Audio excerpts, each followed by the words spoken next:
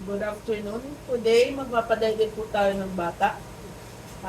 First, kailangan po na tayong naka-uniform, proper uniform.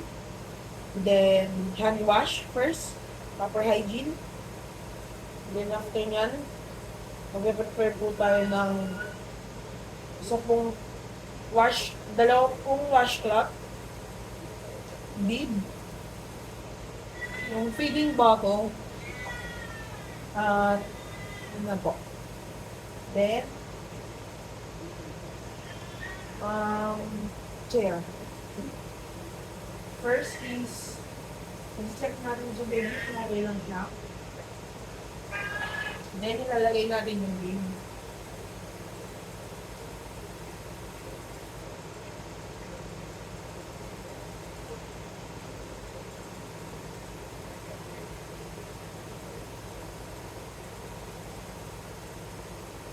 Then, after nyan, lalagay natin yung washcloth sa ating braso.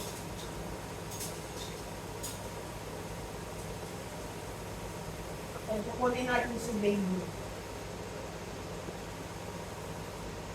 At upo tayo.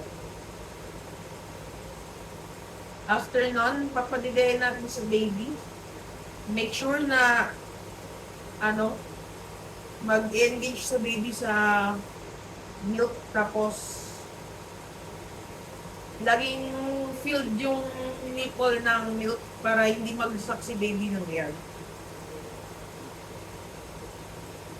After 1 ounce, papanigayin si baby. Shoulder hold. Forward hold.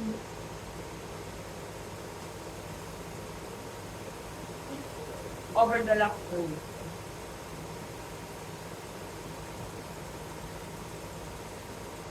After nyan, papadidayin ulit natin si baby. Another 1 ounce. Hanggang sa magsawa si baby. Pag di na po niya kaya, wag po natin siyang pipilitin. Okay? Shoulder hold.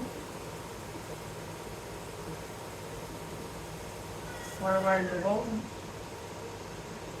Over the lap hold.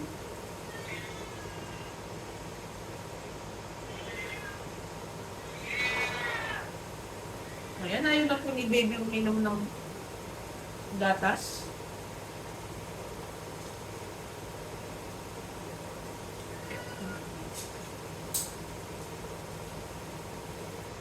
Kanaso na po natin siya. And ibabalik na po natin siya sa curl. After nun, tatanggalin po natin yung baby. Then ilalagay po natin yung bib, pati na rin yung dalawang washcloth sa hamper.